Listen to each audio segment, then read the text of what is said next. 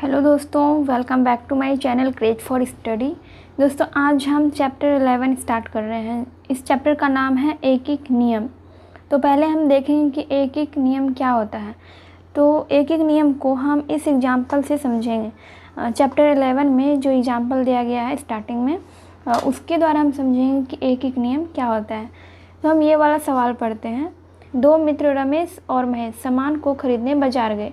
रमेश केले खरीदने के लिए दुकान पर गया। उसने दुकानदार से केले का भाव पूछा।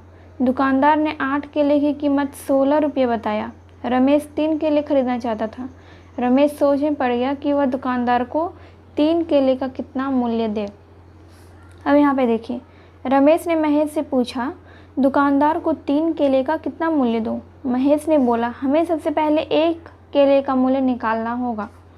जब 8 केलों की कीमत 16 रुपये है तो 1 केले की कीमत हो जाएगी 16/8, क्योंकि यहाँ पे 8 किलो की कीमत 16 रुपये है। हमें कम केले की कीमत चाहिए, सिर्फ 1 केले की कीमत हमें चाहिए। तो क्या करेंगे, हम भाग दे देंगे। 16 में हम 8 से भाग दे देंगे, तो 1 केले की कीमत निकल गई 2 रुपया। अब है यहाँ पे, चूँकि रमेश 3 केले खरीदना चाहता था, इसलिए महेश ने 3 केले की कीमत 3 गुना 2 यानी कि 6 रुपये बता दी और रमेश ने 3 केले 6 रुपये देकर खरीद लिए। उसके बाद हम इस लाइन को पढ़ते हैं। इस प्रश्न के हल में पहले हमने दी गई जानकारी से एक वस्तु का मूल्य निकाला, फिर अभीष्ट वस्तुओं का मूल्य ज्ञात किया, यानी एक इकाई राशि अथवा वस्तु का मूल्य निकालकर और फिर इस मूल्य से जितनी चाहिए उतने का मूल्य ज्ञात किया। इस विधि को एक एक विधि या एक एक नियम कहा जाता है। ठीक है, आई होप आपको एक एक नियम समझ में आ गया होगा। मतलब जितने भी वस्तु का जितना भी दाम दिया गया रहता है, उससे पहले हमें एक वस्तु का दाम जो है वो ज्ञात करना पड़ता है। उसके बाद उसमें जितने वस्तु का मूल्य ज्ञात करने के लिए बोल रहे हैं, उतने वस्तु का मूल्य उसके बाद हम ज्ञात कर सकते हैं। तो चलिए हम इस चैप्टर का क्वेश्चन बनाना स्टार्ट करते हैं। इस चैप्टर का पहला क्वेश्चन है, यदि 8 किलोग्राम चीनी का मूल्य 240 रुपया है तो 12 किलोग्राम चीनी का मूल्य ज्ञात कीजिए। तो यहाँ पे 8 किलोग्राम चीनी का मूल्य दिया हुआ है 240 रुपया और हमें ज्ञात करना है 12 किलोग्राम चीनी का मूल्य। तो पहले हम 1 किलोग्राम चीनी का मूल्य ज्ञात करेंगे, उसके बाद हम 12 किलोग्राम चीनी का मूल्य ज्ञात करेंगे। दोस्तों, एक एक नियम में हमें चूँकि और इसलिए का यूज करना होता है। तो चूँकि का साइन जो है ये होता है, इसे हम बोलते हैं चूँकि। इसको हम इंग्लिश में सिंस बोलते हैं, सिंस, SINC, सिंस। इसको हम इंग्लिश में बोलते हैं और हिंदी में बोलते हैं चूँकि। और ये होता है इसलिए का साइन। चूँकि का साइन ये होता है 2 बिंदु ऊपर और 1 बिंदु नीचे, और इसलिए का साइन होता है 1 बिंदु ऊपर और 2 बिंदु नीचे। इसको हम बोलते हैं इंग्लिश में देयरफॉर, और हिंदी में बोलते हैं इसलिए। एक एक नियम को हम इंग्लिश में यूनिटरी मेथड बोलते हैं, यूनिटरी मेथड। तो मैं यहाँ पे आपको एक एक नियम का भी इंग्लिश बता देती हूँ। Unitary method, UNITRY, unitary method. इसको हम बोलते हैं एक एक नियम। यूनिट का मतलब होता है एक या फिर इकाई। यूनिट का मतलब एक या इकाई। लेकिन यूनिटरी का मतलब क्या होता है? यूनिटरी का मतलब होता है एक एक। ठीक है, तो क्या हो गया? एक एक नियम। तो आप समझ गए, इसमें देयरफॉर और सिंस का यूज होता है, यानी कि चूँकि इसलिए का यूज होता है। तो यहाँ पे हम लिखेंगे चूँकि 8 किलोग्राम को हम केजी लिख सकते हैं। 8 केजी चीनी का मूल्य कितना दिया गया है? 240 रुपये है, तो 240 रुपये लिख देंगे। 8 केजी चीनी का मूल्य 240 रुपये है, इसलिए 1 केजी चीनी का मूल्य, 1 केजी चीनी का मूल्य, ये मैंने जो यहाँ पे डॉट दिया है, इसका मतलब है कि ये जो चीज़ ऊपर लिखी गई है वही यहाँ पे भी लिखी गई है। 1 केजी चीनी का मूल्य कितना है? 240/8 हो जाएगा। तो 240 बटा 8 करेंगे तो यहाँ पे कितना आ गया 30, यानी 1 केजी चीनी का मूल्य 30 रुपया हो गया। 8 तिया 24 कटा दिया था हमने, 8 तिया 24 यानी 8 से विभाजित हमने इसको किया था, 30 आ गया। 1 केजी चीनी का मूल्य 30 रुपया। अब बोल रहा है कि 12 किलोग्राम चीनी का मूल्य। दोस्तों यहाँ पे हमें 8 किलोग्राम से कम चीनी का मूल्य ज्ञात करना था। यहाँ पे 8 केजी है तो यहाँ पे हमें सिर्फ 1 केजी चीनी का मूल्य ज्ञात करना था, इसीलिए हमने 240 में 8 से भाग दिया। अब हमें 12 किलोग्राम चीनी का मूल्य ज्ञात करना है, यानी कि हमें ज़्यादा चीनी का मूल्य ज्ञात करना है। तो इसके लिए अब हम क्या करेंगे, इसके लिए अब हम गुणा करेंगे। तो यहाँ पे हम लिखेंगे इसलिए 12 केजी चीनी का मूल्य। तो यहाँ पे हम क्या लिखेंगे 30 गुना 12 या 12 गुना 30। तो इसका आंसर कितना हो जाएगा, 12 गुना 3 करेंगे तो 12 तिया 36, और ये 0 है तो यहाँ पे हम 0 लगा देंगे, यानी कि इसका आंसर हो गया 360 रुपया। 12 केजी चीनी का मूल्य 360 रुपया हो गया। तो ये हमारा फर्स्ट नंबर का आंसर हो गया।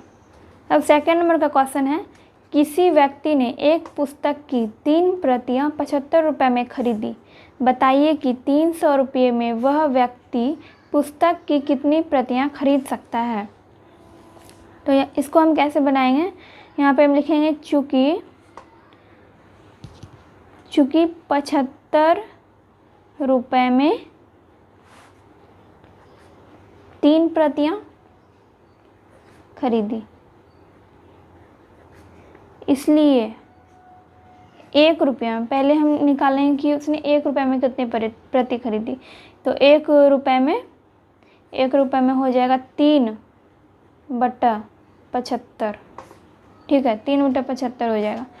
अब 300 रुपये में उसने कितनी प्रतियां खरीदी, तो लिखेंगे इसलिए 300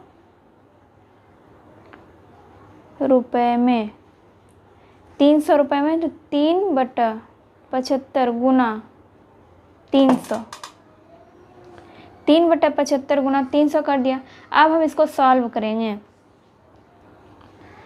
तो यहाँ पे हम 300 को डायरेक्ट 75 से ही विभाजित कर देंगे। तो 75 गुना 4 कितना हो जाएगा, 75 गुना 4 हो जाएगा 300, तो यहाँ पे 4 हो जाएगा, ठीक है। अब 3 और 4 को गुना कर देंगे तो कितना आएगा 12। तो ये 12 क्या हो गया, तो 300 रुपये में वह व्यक्ति 12 प्रतियां खरीद सकता है। तो यहाँ पे हम लिखेंगे कि 300 रुपये में, तो यहाँ पे हम लिख देंगे 300 रुपये में वह व्यक्ति पुस्तक की 12 प्रतियां खरीद सकता है, ठीक है। ये हो गया हमारा सेकंड नंबर का आंसर। थर्ड नंबर का क्वेश्चन है, यदि 3 दर्जन केले का मूल्य 45 रुपये है तो बताइए कि 22.50 रुपये में कितने केले खरीदे जा सकते हैं। तो इसके लिए हम क्या करेंगे, लिखेंगे यहाँ पे चूँकि 45 रुपये में 3 दर्जन केले खरीदते हैं, 3 दर्जन केले 45 रुपये में 3 दर्जन केले खरीदते हैं। तो 3 दर्जन को हम क्या लिख सकते हैं, 3 गुना 12 लिख सकते हैं, क्योंकि 1 दर्जन में कितना होता है 12, 1 दर्जन में 12 होता है। तो 3 दर्जन में कितना हो जाएगा 36, लेकिन यहाँ पे हम 36 नहीं लिख रहे हैं, 3 गुना 12 हम लिख देते हैं, ठीक है। अब हमें निकालना है कि 1 रुपये में हम कितने केले खरीद सकते हैं। तो लिखेंगे इसलिए 1 रुपये में कितने केले हो जाएंगे, 3 गुना 12/45, ठीक है। अब 22.50 रुपये में कितने केले खरीद सकते हैं।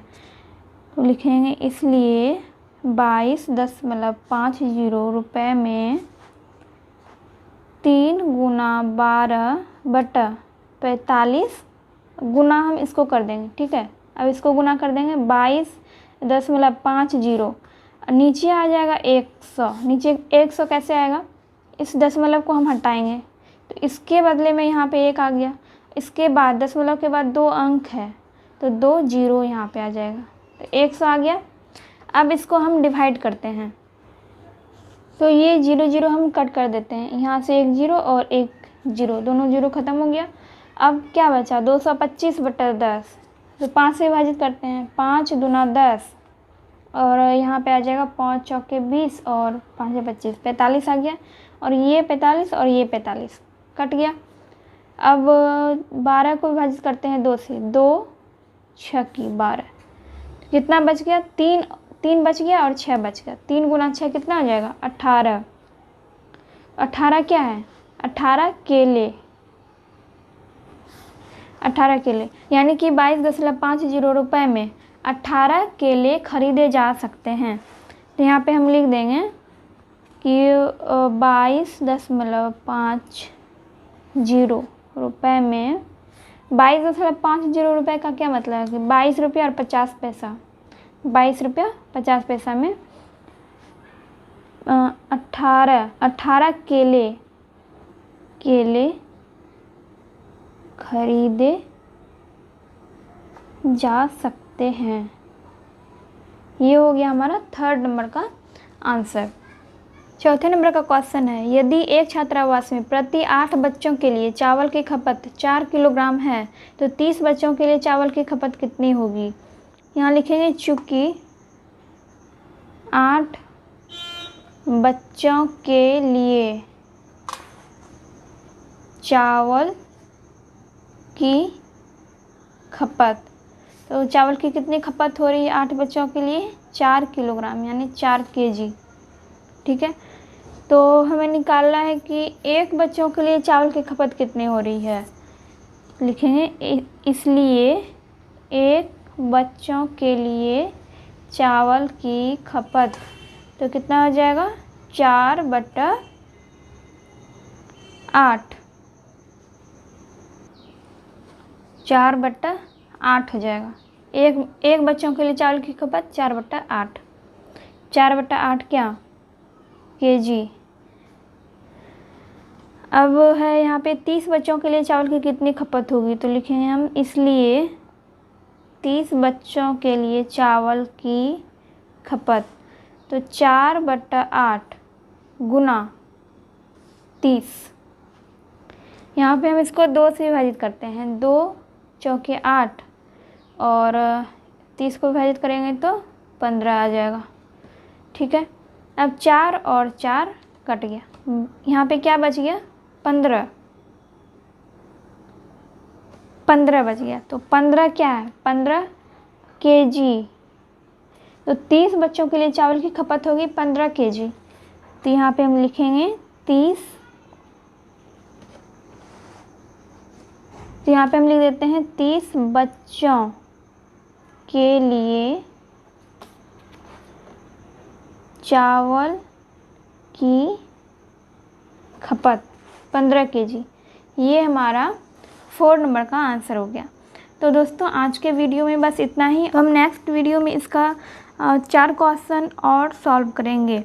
दोस्तों इसमें टोटल आपको 11 क्वेश्चन मिल जाएंगे। आज हमने 4 क्वेश्चन सॉल्व किए, फिर हम अगले वीडियो में 4 क्वेश्चन सॉल्व कर लेंगे। ठीक है, और फिर नेक्स्ट वीडियो में बाकी का क्वेश्चन सॉल्व कर लेंगे।